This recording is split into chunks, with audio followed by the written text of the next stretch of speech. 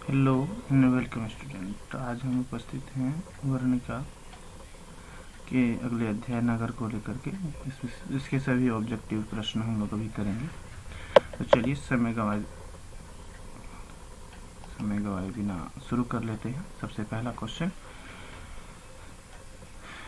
नगर कहानी का रचनाकार कौन है? तो इसका सही उत्तर है सुजाता। द्वितीय प्रश्न है, सुजाता का वास्तविक नाम क्या है? तो इसका वास्तविक नाम है एस रंगराजन। तीसरा प्रश्न है, सुजाता का जन्म कब और कहाँ हुआ? इसका उत्तर होगा 3 मई 1935 ईस्वी में चेन्नई तमिलनाडु में। मैंने पहले ही बताया था कि ऐसा प्रश्न आपको इस तरह से पूछेगा, सुजाता का जन्म कब हुआ या तो कहाँ हुआ। ये दो प्रश्न हो जाएगा इसके अंदर। सुजाता का संबंध कौन से साहित्य से है? तो ये सुजाता का संबंध जो है तमिल साहित्य से है। अगला प्रश्न है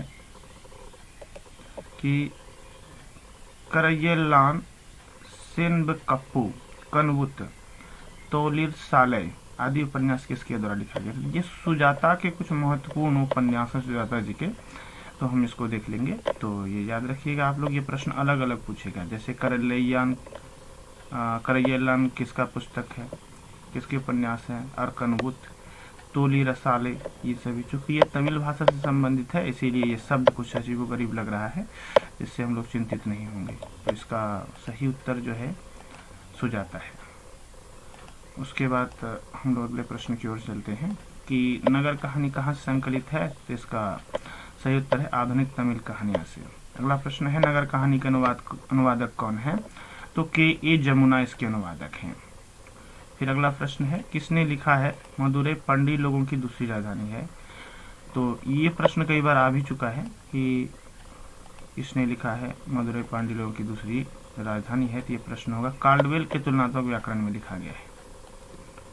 अगला प्रश्न है, हमारे देश के प्राचीन मानचित्रों में मदुरै किस नाम से जाना जाता है? तो प्राचीन मानचित्र में यह मथुरा के नाम से प्रसिद्ध था। मथुरा नाम से प्रसिद्ध है। दूसरा प्रश्न है, अंग्रेजों द्वारा मदुरै को किस नाम से जाना जाता था? अंग्रेजों द्वारा मदुरै को मदुरा नाम से जाना जाता था। तो याद रखिएगा, अंग्रेजों द्वारा मदुरा। और अगला प्रश्न जो हम लोगों का आता है कि यूनानी के द्वारा किस नाम से जाना जाता था? अंग्रेजों द्वारा मदुरा हो जाएगा और यूनानी के द्वारा मेदोरा। यूनानी लोग इसको मेदोरा नाम से जानते थे।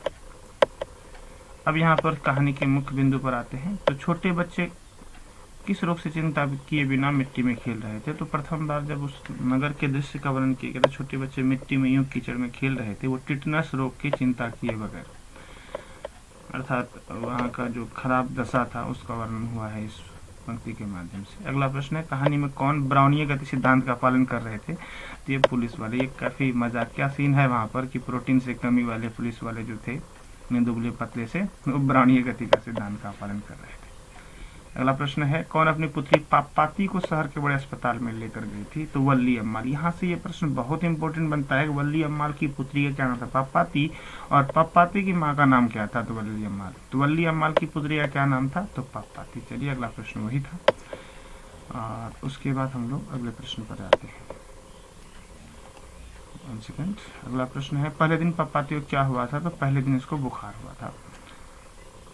दूसरा है, पप्पाती की उम्र क्या थी? तो पप्पाती की उम्र लगभग 12 साल थी। ये प्रश्न इंपॉर्टेंट है कि पप्पाती की उम्र लगभग 12 वर्ष थी। किसकी नाक दोनों ओर से छिदी हुई थी? पापाती की। अब पापाती के माथे पर किसका आड़ा तिलक लगा था? विभूति का तिलक लगा हुआ था। इसको राख भी बोलते हैं हम लोग। अगला है, पापाती को कौन सा रोग हुआ था? तो मेनिनजाइटिस का रोग हुआ था। मेनिनजाइटिस, बड़े डॉक्टर साहब ने बताया था कि इसको मेनिनजाइटिस हुआ है, पर उसकी माँ इससे बेखबर थी।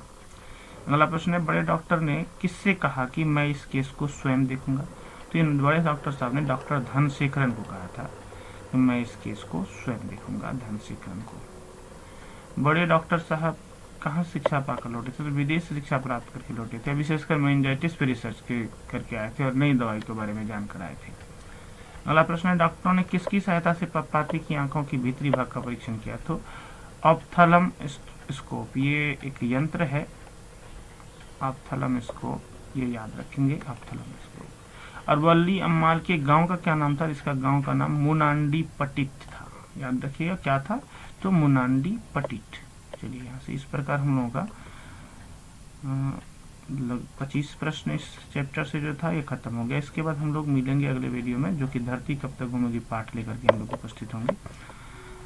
चूँकि ज़्यादा लंबा वीडियो होने पे अपलोड में दिक्कत होता है, तो हम लोग अगले वीडियो में फिर हाजिर होंगे।